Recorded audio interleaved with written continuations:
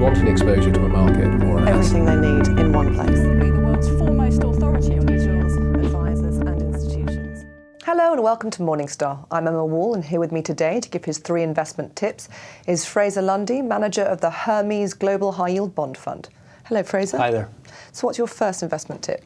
I would say that in high yield right now there's a growing consensus that in order to avoid the interest rate risk of rising bond yields in the market right now, you should either go into short duration or you should go down in quality to add more spread cushion. And I think that idea of swapping interest rate risk for credit risk is deeply flawed and dangerous right now. So I would essentially take the opposite view of that and go up in quality as much as possible into double B land and as far out the curve as possible into 10-year plus duration.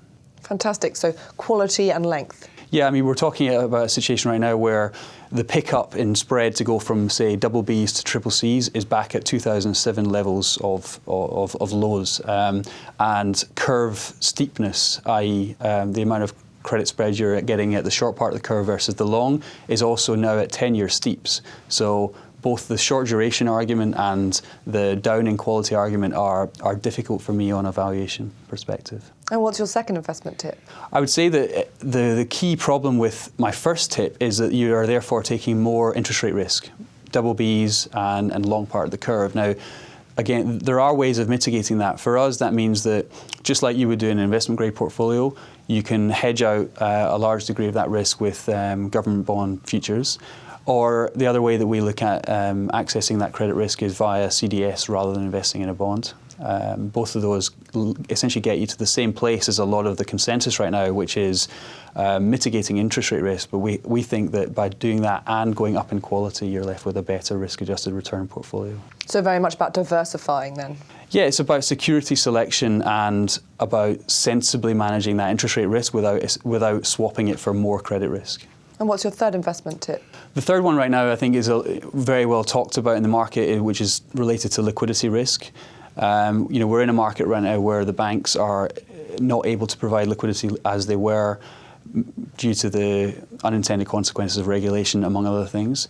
At the same time, the market as a whole, global high yield, has continued to grow exponentially. And so you have this perfect storm of liquidity. For me, that means that you need to focus on bonds which will continue to trade through bouts of volatility. That, for me, is large cap structures.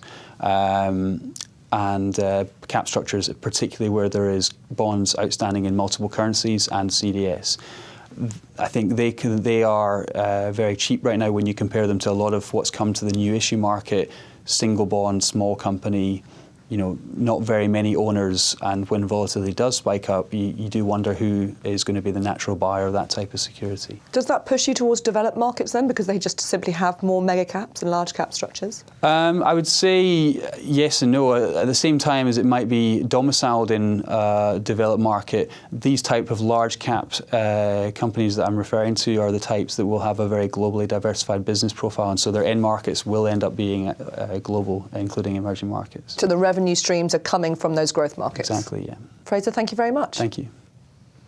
This is Emma Wall from Morningstar. Thank you for watching.